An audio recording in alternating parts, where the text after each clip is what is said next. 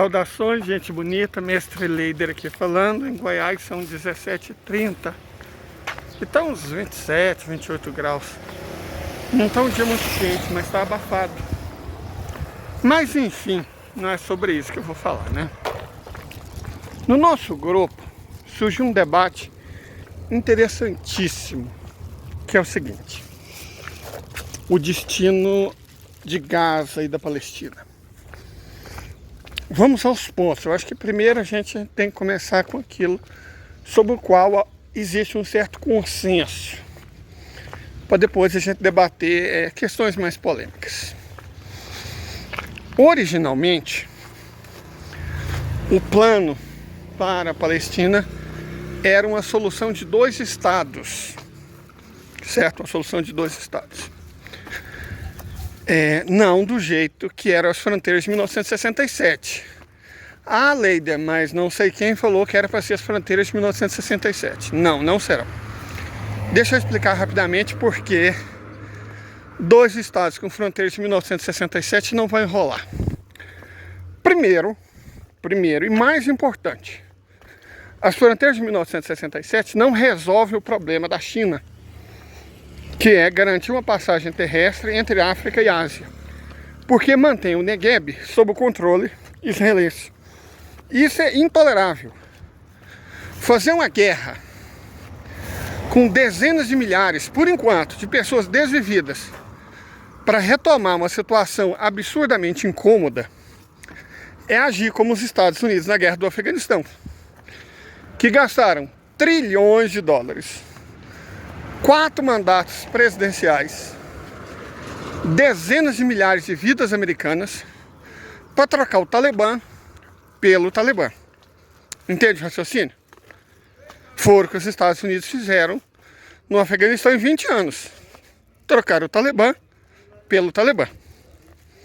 Então é óbvio que regressar à fronteira de 1967 não resolve em absoluto o problema da China, nem o da Índia, nem o da Rússia, nem o da Turquia, nem o dos árabes, nem o dos iranianos, nem o dos africanos, nem o do Egito, nem de ninguém. Não resolve o problema de ninguém.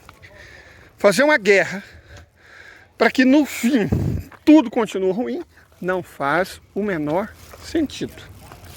Então esqueça as fronteiras de 1967. Ah, então por que eles disseram? Porque são só palavras? Só isso. Isso, todavia, porém, contudo, não obstante, não implica que uma solução de 2 estados não possa ser alcançada. E talvez de início, de maneira inclusive sincera, o Irã tenha buscado isso. Eu vou repetir outra coisa que eu disse, que também é fato. Quem define o destino do perdedor é quem venceu. Para vencer é preciso lutar. Isso também é consenso, não é? Que só é possível vencer se você lutar. Sem lutar não tem como vencer.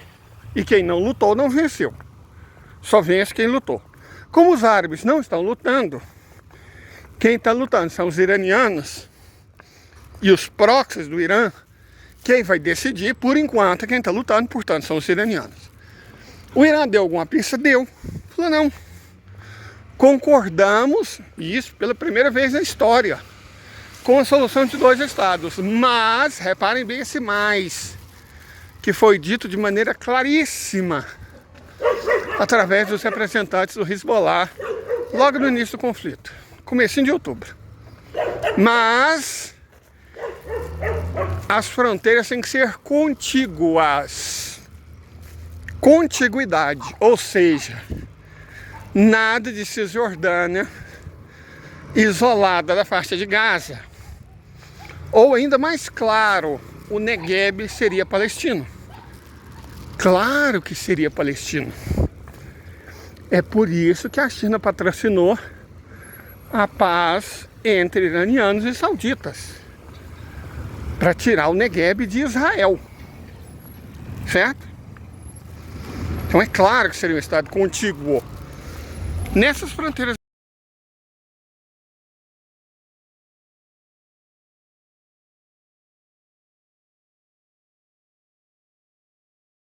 Pois bem, por que isso? Bom, gente, historicamente, se a gente analisar mapas bem antigos, o plano original britânico para a criação de 2 estados, a área do Estado de Israel seria basicamente essa que vocês estão vendo, que vocês viram no outro mapa, porque é onde se concentrava a maior parte dos migrantes, principalmente europeus, de religião judaica. Era exatamente nessa parte. Mesmo hoje, a grande maioria da população israelense, 70%, mora nessa parte. Nessa parte fica a região metropolitana, a área urbana, né, aglomerado urbano de Tel Aviv, com uns 4 milhões de habitantes, maior do país, e o terceiro maior aglomerado urbano do país, que é Haifa, com 1 milhão. Certo? Então, mesmo hoje, a maior parte da população israelense mora exatamente nessa área. Ah, mas eles ficariam com um território pequeno. Seria um problema se os israelenses fossem um povo de agricultores, coisa que eles não são. Singapura ficaria um estado com 5 milhões de habitantes, uma área de 5.000 quilômetros quadrados, 1.000 habitantes por quilômetro quadrado. É menos do que Bangladesh. Bangladesh tem 130 mil quilômetros quadrados e quase 160 milhões de habitantes. 1.200 habitantes por quilômetro quadrado. Singapura tem 700 quilômetros quadrados e 5 milhões de habitantes. Mais de 7 mil habitantes por quilômetro quadrado. Então, para uma sociedade urbana, e mesmo para a sociedade rural, se fosse o caso, que é o caso de Bangladesh, não seria um problema. Certo? Perfeito? Então, por razões históricas, por razões econômicas, por razões políticas, as fronteiras que eu mostrei poderiam tranquilamente viabilizar um Estado israelense, sem problema nenhum.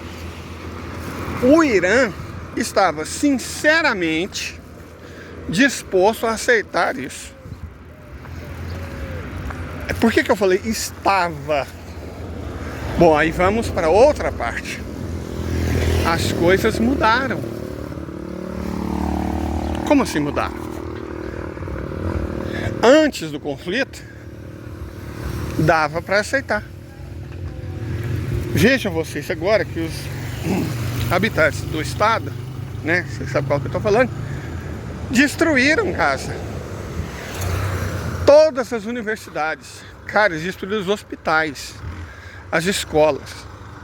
Eles massacraram jornalistas, médicos, socorristas, enfermeiras. 15 mil crianças foram desvividas. As condições para se criar 2 estados agora estão praticamente perdidas. Porque é necessário que o derrotado tenha um mínimo de bom senso e humanidade, para que o mínimo de bom senso e humanidade seja aplicado a ele. Certo? A entidade está colapsando.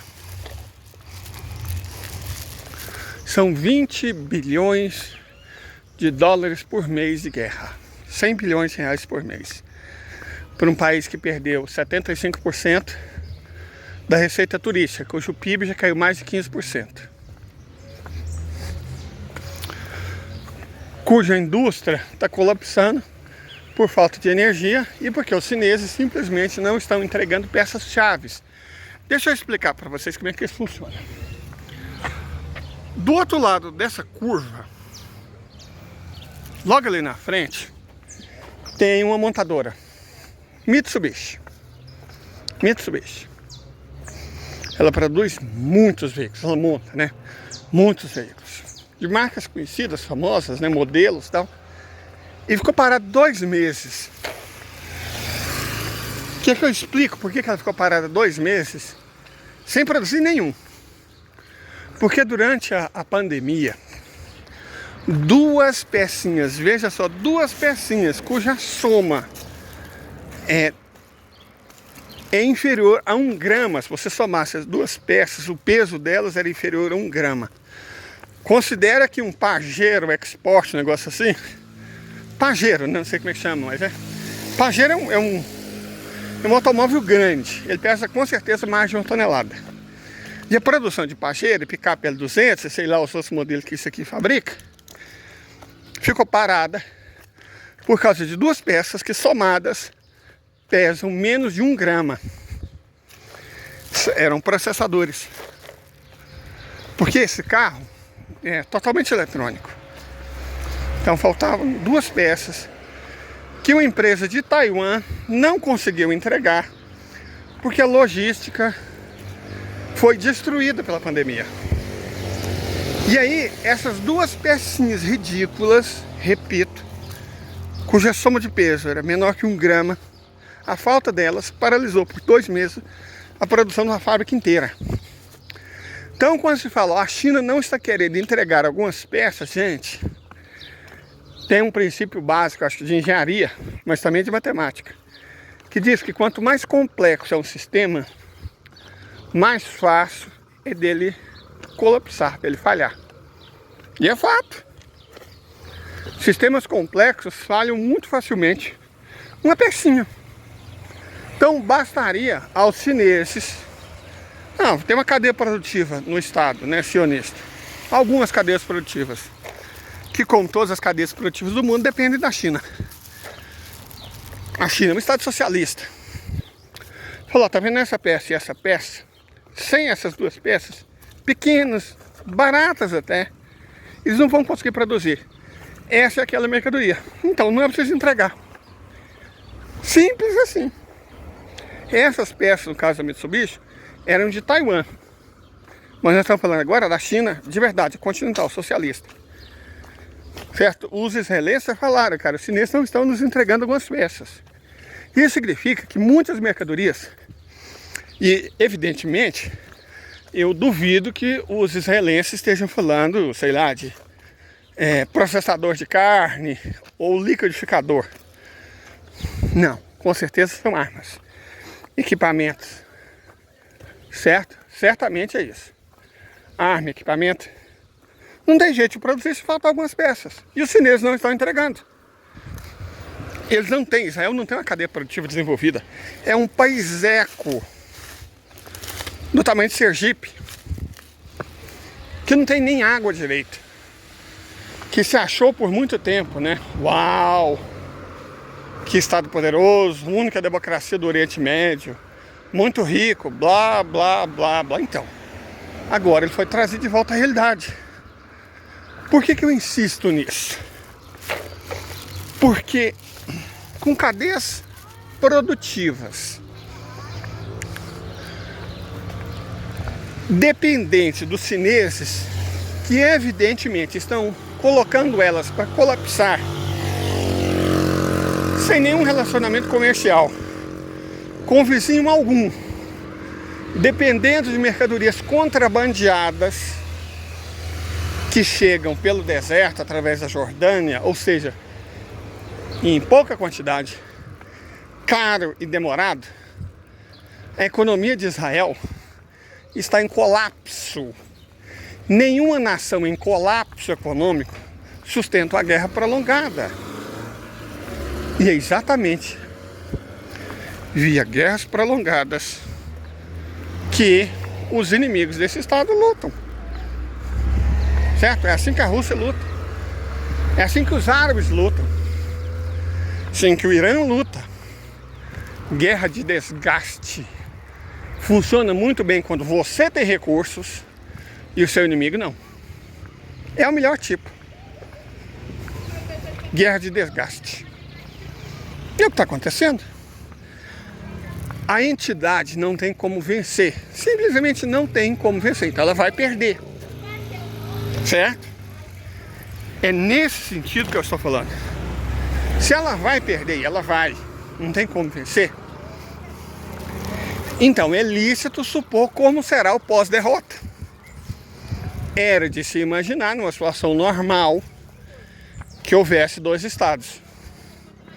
Mas definitivamente não estamos numa situação normal, porque o lado perdedor está massacrando o lado que vai vencer. Mas aí entra uma coisa interessante: quem vai vencer não serão os palestinos. Não é possível que nós estamos em 2024 e alguém tenha alguma dúvida a respeito disso. Os palestinos não têm a menor chance de vencer. Não tem nem a mais miserável chance de vencer. Se tivessem, não estariam perdendo há quase 76 anos. Se tivessem, não teriam perdido a Nakba. Não teriam perdido o Suez. Não teriam perdido os 6 dias. Não teriam perdido Yom Kippur. Não teriam perdido o sul do Líbano. Não teriam perdido a primeira intifada. A segunda intifada.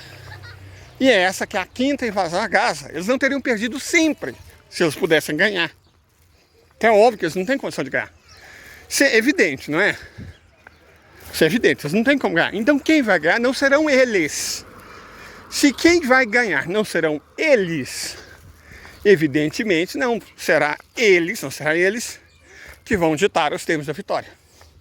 Vai ser quem vai ganhar. Acho que esse ponto nós já concordamos a respeito dele. É quem vai ganhar que vai decidir o destino dos perdedores. E essa é uma guerra tão estranha que os 2 lados vão perder. Parafraseando a Dilma, não importa quem vai ganhar ou quem vai perder. Vai todo mundo perder. Vai perder a entidade, mas também já estão perdendo os palestinos. Gente, olhe para o estado de Gaza e diga se eles estão ganhando. Sinceramente, não estão ganhando. E não vão ganhar. Quem ganhará vai ser quem está lutando. Quem tem condição. Quem controla os Houthis? O Hezbollah. O Hamas. Pronto, esse que vai ganhar. Então é esse que vai decidir o destino dos 2 perdedores, que paradoxalmente são tanto os israelenses quanto os palestinos. Eu acho que isso aí não tem muita dificuldade em compreender isso. Correto? Aí vamos lá. Um estado, olha, diante do que os israelenses estão fazendo, é do rio ao mar. Eu mesmo acreditava muito nessa hipótese. O único estado. Que o segundo, né, em função do acontecido, não rola não. Mas aí, pensei, gente, essa guerra não estaria acontecendo sem a cumplicidade dos sauditas. O pessoal fala, árabe é traiçoeiro, mentiroso, cachorro, vagabundo, não sei o que. Não, gente. Os árabes, deixa eu repetir. Algo que eu já disse muitas vezes. Vai lá no Gênesis. Lá no Gênesis. Fala de amorreus. Fala de filisteus. Fala de Ixos. Fala de amonitas. Fala de jebuseus, que foi o povo que fundou Jerusalém. Fala de acádios. Fala de caldeus. Fala de elamitas. Onde estão esses povos? Todos extintos. Os hebreus não existem mais desde 600 e poucos antes de Cristo. Os hebreus estão extintos há 2.600 anos. Não sobreviveram hebreus. Deixa eu mostrar uma coisa aqui para vocês.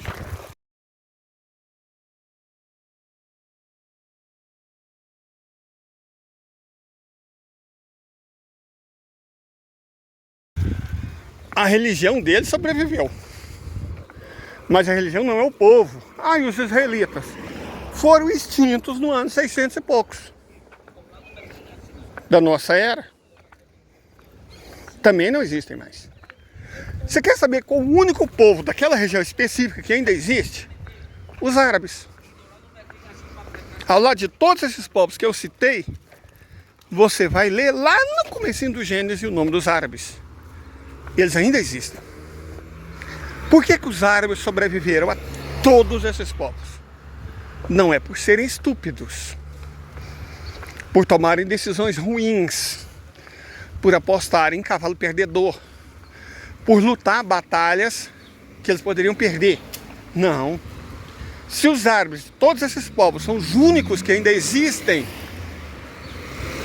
evidentemente, algo de muito correto eles fizeram esse tempo todo.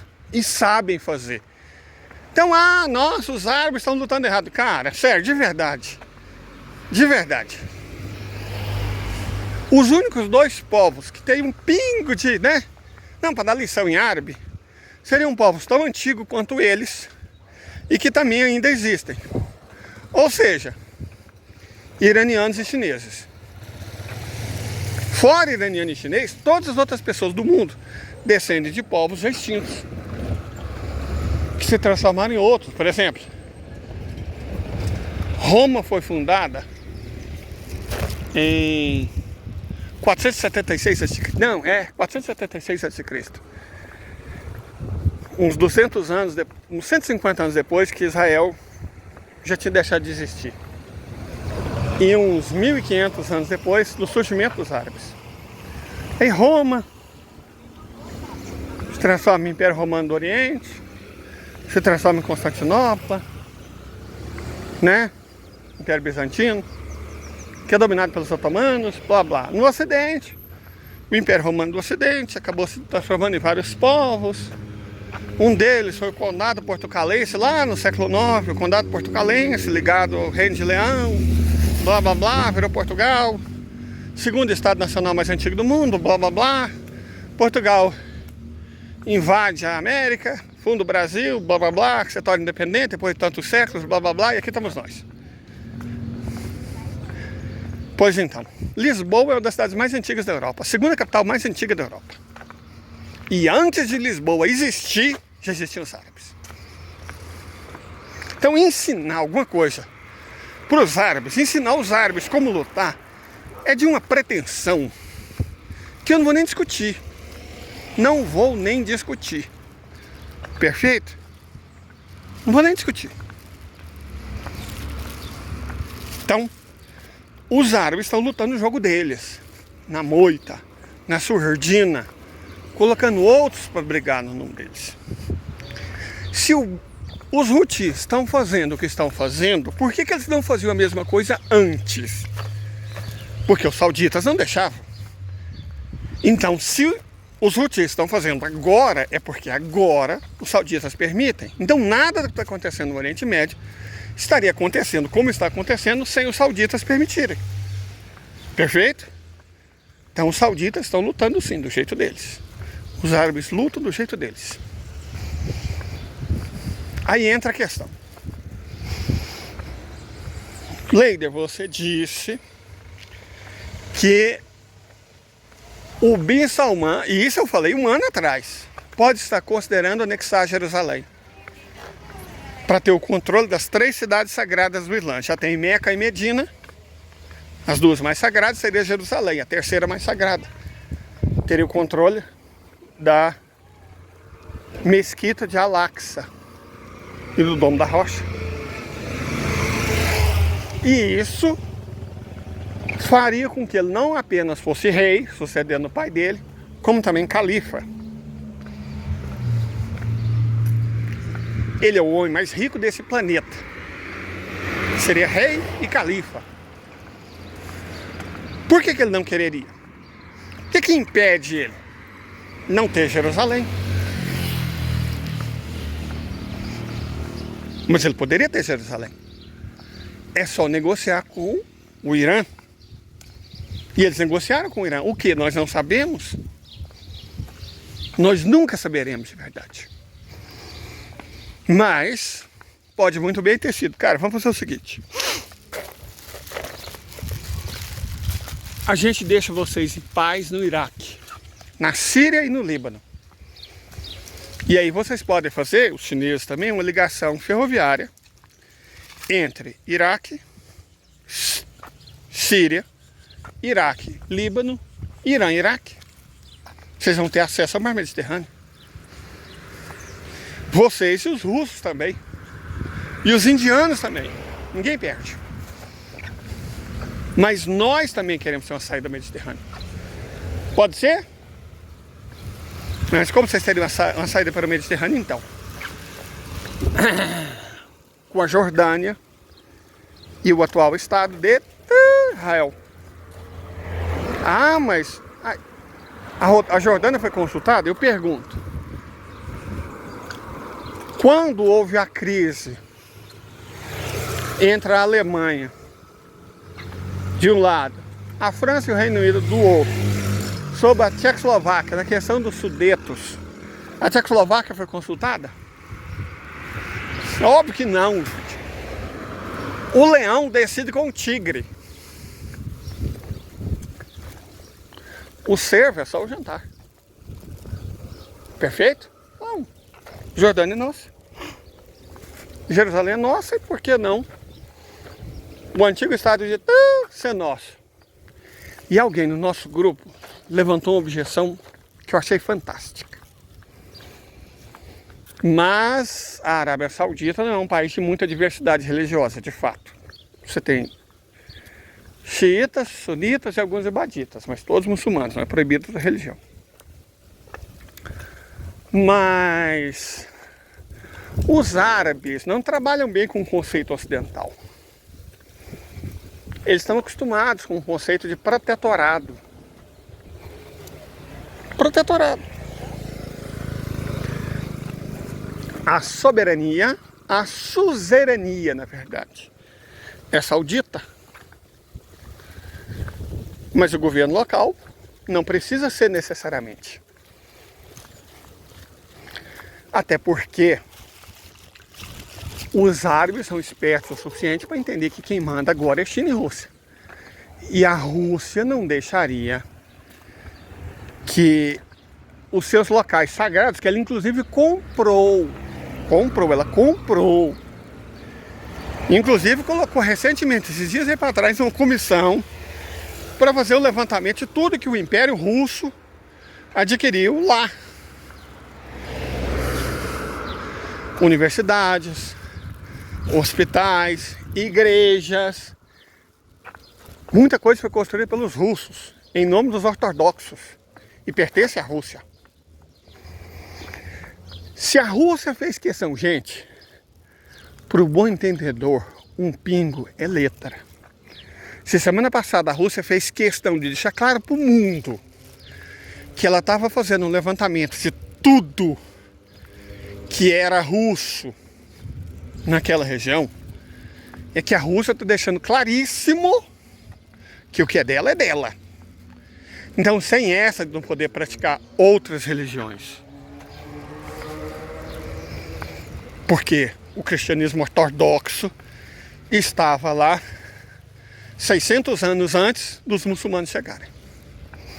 Então, sem essa. Mas isso não é um problema. Bin Salman não é um radical estúpido. Não. A soberania é nossa. Certo? Soberania é nossa. Mas vocês podem exercer um governo autônomo. Certo? Vocês podem exercer um governo autônomo. E especificamente, vocês podem praticar outras religiões. Somente no futuro Estado da Palestina. Não seria um Estado com E maiúsculo. Seria um Estado com um E minúsculo. Quase o conceito turco de vilayet, de província. Conceito russo de oblast, república autônoma, controlado pelo califa. Ah, mas os árabes, os muçulmanos, gente, os judeus só puderam retornar a Jerusalém quando os árabes conquistaram aquela cidade aos ortodoxos. Os ortodoxos não permitiam o judaísmo em Jerusalém. Quem passou a permitir foram os muçulmanos. É só estudar história, bebê. Foi o terceiro califa que passou a permitir que não só os cristãos pudessem manter a religião deles, como que os judeus pudessem regressar. Os muçulmanos não têm problema quanto a isso. Ah, mas o histórico saudita está dentro de um contexto de Meca e Medina serem as cidades fundadoras do islamismo, e de que o reino fundador, a Arábia Saudita, fez um compromisso com as tribos do deserto de proteger a todo e qualquer custo as cidades sagradas de pessoas de outras religiões. Isso vale para Meca e Medina. Nada foi dito sobre Jerusalém. Então isso tudo é contornável. Isso tudo é contornável. Dessa forma, para resumir, são duas as opções. Eu não acredito mais em 2 estados. Ou é um estado, não sei se viável, porque você teria que reconstruir tudo, ou é um estado com E minúsculo, sobre suzerania saudita. E aí os sauditas, que têm muito dinheiro, pagam. E os chineses ajudam, porque os chineses querem o Negev. Entenderam? É isso. Até a próxima. Deixe seu comentário. Curta, se inscreva no canal. Estou sempre aqui.